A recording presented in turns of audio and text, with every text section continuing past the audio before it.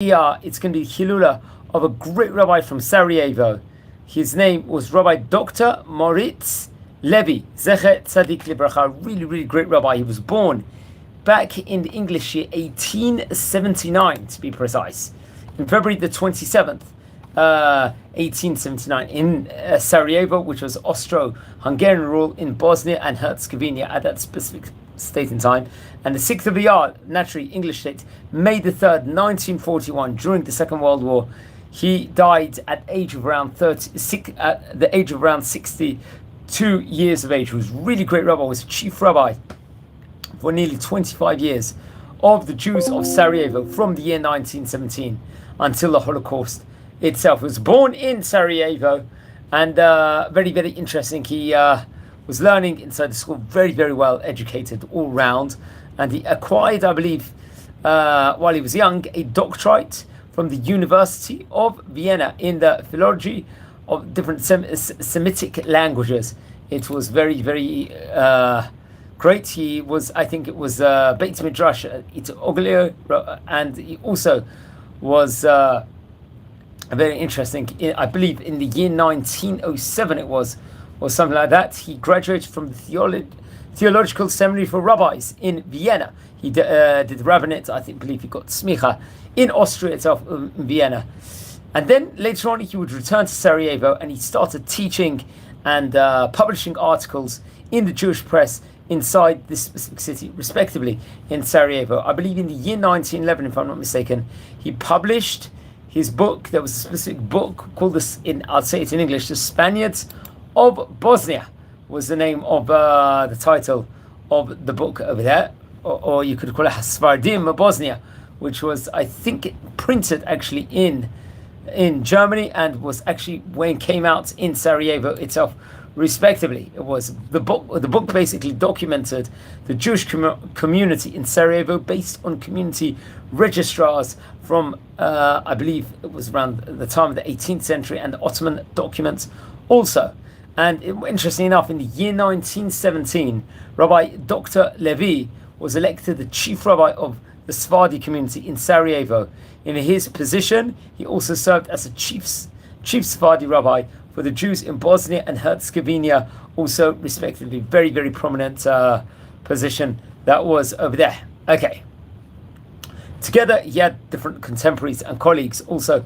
For example, his colleague was Rabbi Hinko Orbach, who was the chief rabbi of the Ashkenazi community in the specific area also, and he worked to actually establish a Jewish religious theological seminary in Sarajevo. I believe in the year 1928, there was a Beit Midrash that was inaugurated, and Rabbi Moritz Levi was appointed in a prominent position within regards to this incredible institution also.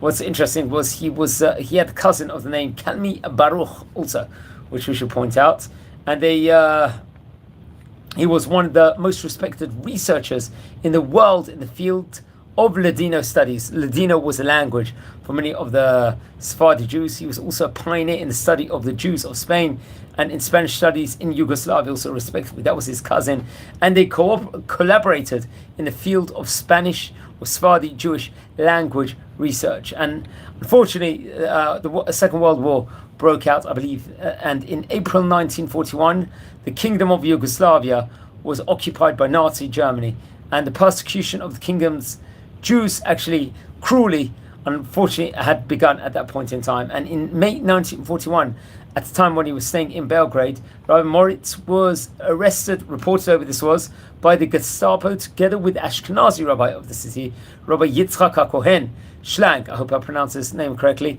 and the president of the Union of Communities, which was Dr. Friedrich Pops. The three were taken for terrible interrogation in the city of Graz, and they were even imprisoned also. And it was reported over there was even torturing that took place over there. Graz is the second largest city in Austria, we'll just point out. And in May 1941, Rabbi Levi was released from prison, as he remained, unfortunately, in a very bad physical condition. Obviously, all that torture had put him in that. After his release from, let's say, these centers in Graz, he was then transferred to Zagreb, where unfortunately he died shortly afterwards. and which was documented over, I think, in an article from the Jewish community in Sarajevo by Tzvi Locker. I'll just point out.